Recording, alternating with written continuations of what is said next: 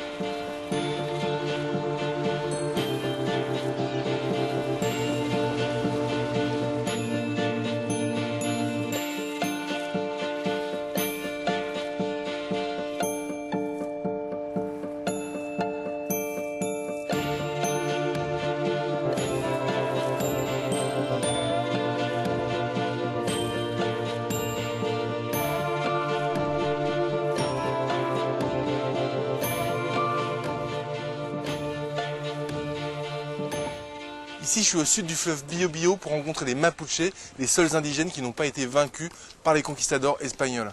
Alors, malgré cette volonté farouche d'indépendance et une vraie fierté, ils ont quand même été soumis par le gouvernement chilien il y a à peu près un siècle et demi.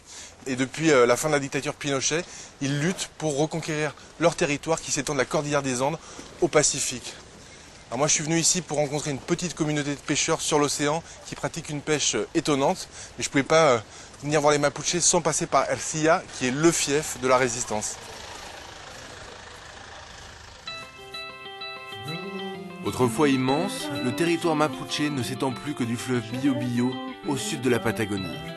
Si les Mapuches ont acquis le droit à l'autodétermination, les terres, les plages volées à leurs ancêtres appartiennent toujours aux colons et sont exploités par les grandes entreprises forestières et les pêcheries industrielles.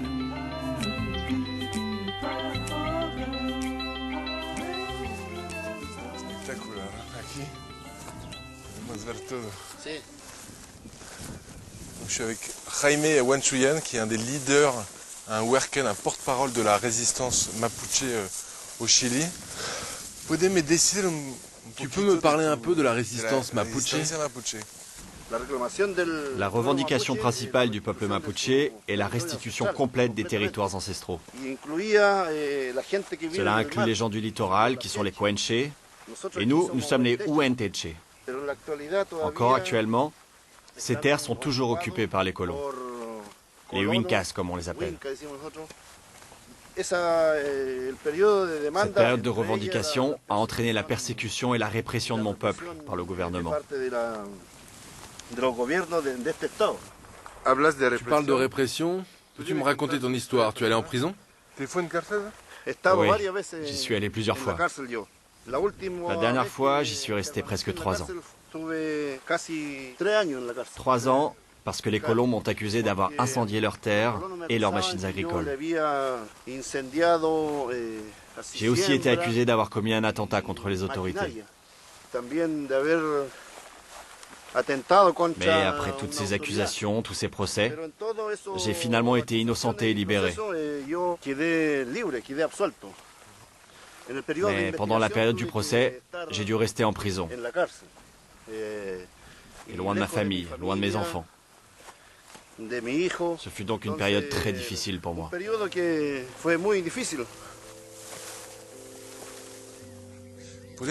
peux me parler de la relation des Mapuches à la nature, tant spirituellement que pour la survie? Pour nous, la terre est fondamentale, car elle nous procure tout ce dont nous avons besoin pour vivre. Et nous sommes des éléments de cette terre.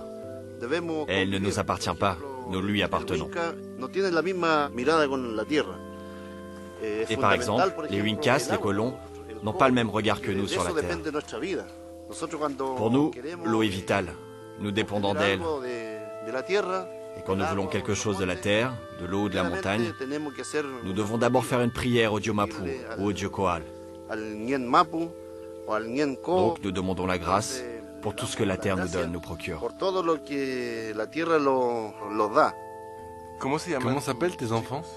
Ma fille s'appelle Wanlen Ailen. C'est un nom mapuche qui signifie luciole resplendissante. Et mon fils s'appelle Manquidlef, qui signifie condor véloce. Ces noms sont propres à notre culture. Ils nous rappellent notre identité. Comment est-ce que tu imagines l'avenir des Mapuches? Nous voulons continuer à exister sur notre terre, sur notre territoire, comme une nation mapuche. Et comme natifs, comme une culture millénaire, nous pouvons apporter des choses à l'humanité. Nous voulons avancer avec nos enfants et nous voulons que nos enfants maintiennent vivante notre culture ancestrale, parce que nous sommes ceux qui peuvent aider à préserver la terre.